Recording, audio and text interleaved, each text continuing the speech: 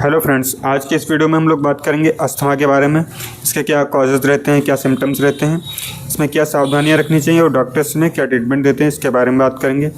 Asthma वो condition होती है जब हमारी सांस नली में सूजन आ जाती है या फिर इन्फेक्शन रहता है, रेस्पिरेटरी ट्रैक्ट जो रहती हैं वो पतली हो जाती है, नलियाँ जो होती है उस कंडीशन में जो सांस लेने में समस्या रहती है, बार बार खांसी आती है, उस कंडीशन को अस्थमा बोला जाता है।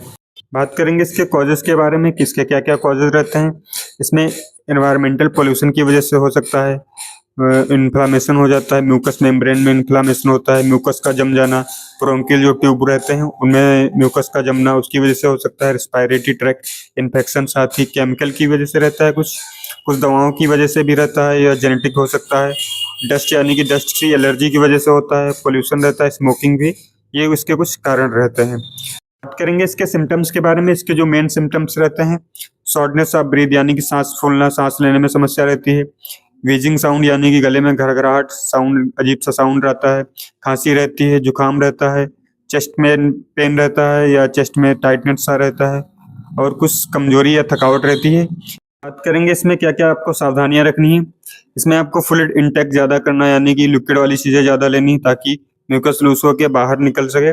साथ ही आपको नेबुलाइज करवाना है, दिन में 2-3 बार आपको नेबुलाइज एस्थालिन ब्यूटीगार्ड के साथ नेबुलाइज कराएं पेशेंट को। और उसको टेंशन फ्री रहना है क्योंकि टेंशन लेने से अस्थमा अटैक भी कर सकता है। साथ ही शांत माहौल में रहें जहाँ ऑक्सीजन मिल सके।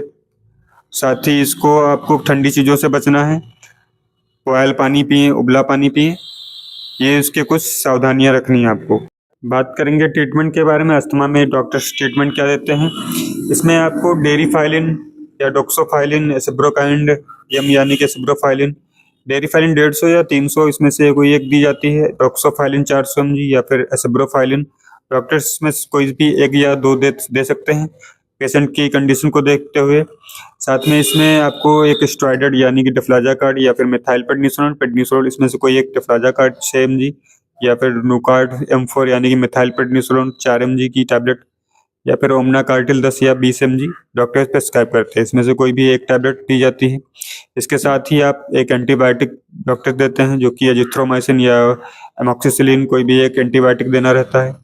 इसके साथ अगर कफ रहता है तो उसमें सिरप दे सकते हैं, कफ सिरप अस्ताकाइन DLS या अस्ताकाइन DX।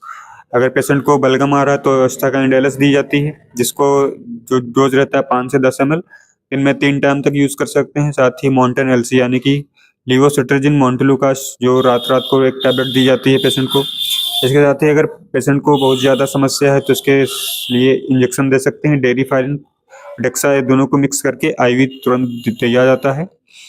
ये ट्रीटमेंट खुद से यूज ना करें, अपने डॉक्टर की सलाह से लें, अपने डॉक्टर से कंसल्ट करें। और उसके साथ ही एक इनहेलर आता है एस्थालिन या फिर और भी कुछ रोटा कैप्सूल आते हैं, उनको आप यूज़ कर सकते हैं। Thank you.